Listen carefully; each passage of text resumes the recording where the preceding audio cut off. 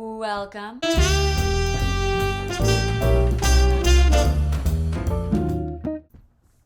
I put on a nice outfit for you. Today we are talking about equity. I think this is a really important topic to speak about because when you're given an equity contract, I remember when I was given my equity contract, I looked at it and I was like, oh my God, I don't even know if I'm getting screwed or given really good opportunities here because I can't read any of this. I have no idea what all of these terms are.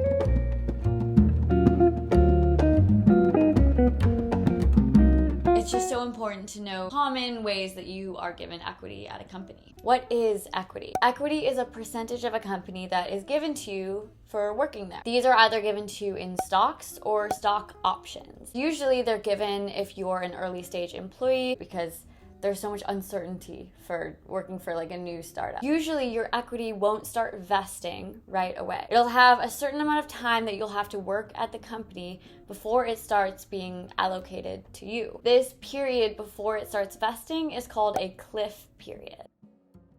So this is basically the company's insurance that they're not going to give you 1% of the company and then a year goes by and you leave with that 1% of the company. They want to know that you're in it with them for the long haul. So what happens after that cliff period? After that cliff period, your equity will start vesting. And vesting means that it will periodically be awarded to you. But usually the vesting happens on kind of a periodical basis. Over the next, let's say 3 years is your vesting period. You will get a portion of that 1% of the company every month for 36 months until you reach the full 1%. And this is how companies keep people for a long amount of time, because if you have a 1-year cliff period and then you've got 3 years of a vesting period, they've essentially got you for 4 years if you want to see all of that equity. It's also a really good idea for companies early on because if a founder is starting a company and there's so much uncertainty, they're very mission driven because they see the potential of this company right in front of them.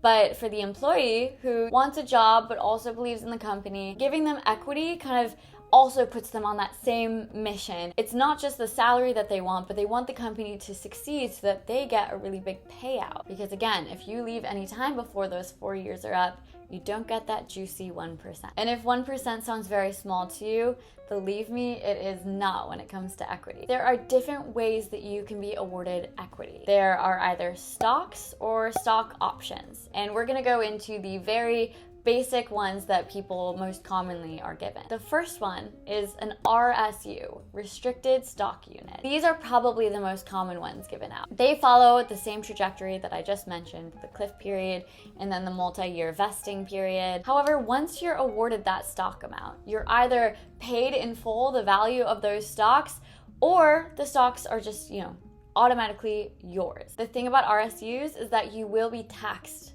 quite highly on them. So RSUs follow the same kind of income tax. That's why a lot of people don't prefer them, even though they are the most common. It's because you are taxed just a normal income tax on them once you cash out. So once you're awarded all of these stocks, be ready to say goodbye to a lot of that money up front.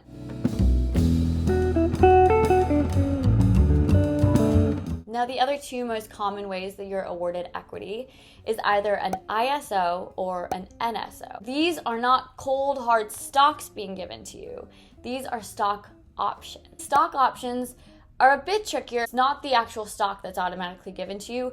You are given an exclusive right to buy that stock. And I will explain that further. So let's say you were one of the first employees at Amazon, and they give you 1% of the company. Let's say that 1% of the company equals, I don't know, and we're keeping this simple for the video, 1% is worth 100 shares. Then after your vesting period, because again, same trajectory, 1-year cliff, let's say 3-year vesting period, after that period, you will have the exclusive rights to buy those 100 shares for a price that was agreed upon when you signed the contract and before the company grew. So if you agree that each stock is worth $10 and you have been awarded the stock options for 100 shares, then that means at the end of that vesting period, you have the exclusive rights to buy those 100 shares for $10 each. You'll put down $1,000 upfront. But let's say in those 4 years, Amazon has grown 100x. So each of those shares that you have the rights to buy for $10 now have a market value of $1,000 each. Even though you have to buy the shares, you're paying $1,000 for all 100 shares because you only have to pay $10 for them, and you can immediately sell them for $1,000 per share. You own 100, so that means $100,000. You just made $99,000.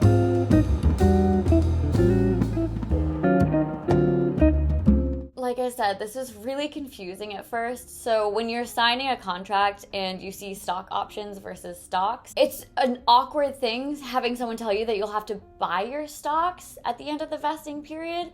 But I hope what I just explained makes sense, because yes, you have to buy them. But there are many reasons that people prefer stock options because they're taxed at a lower rate. For an NSO, instead of being taxed income tax like the RSUs had, you are taxed actually on the difference. You bought the shares for $1,000, you sold them for $100,000, you're taxed on that $99,000. So if you think about it, I mean, it's lower than paying the tax on the full $100,000, which is what, the RSU would have caused you to pay.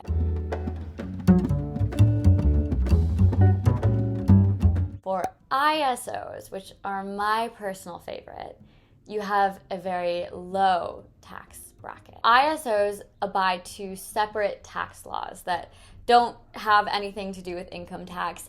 This is a very basic explainer video, so I'm not going to get into the nitty-gritty of ISOs, but all I can say is that if you're deciding between an ISO and an NSO, ISOs have way lower tax rates on them. So if ISOs have the very smallest amount of tax, why would anyone decide to do an RSU or an NSO? Well, let me explain. RSUs are way less risky.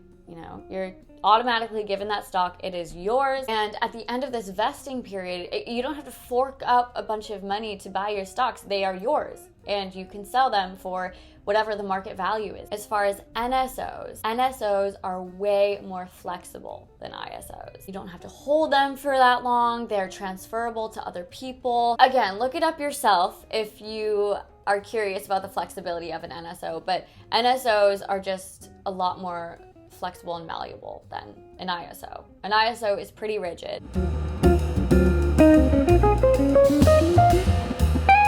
I hope this clarified things a little bit for you. Like I said, when I was first hit with an equity contract, I freaked out and I just texted anyone I knew who knew anything about finance or business.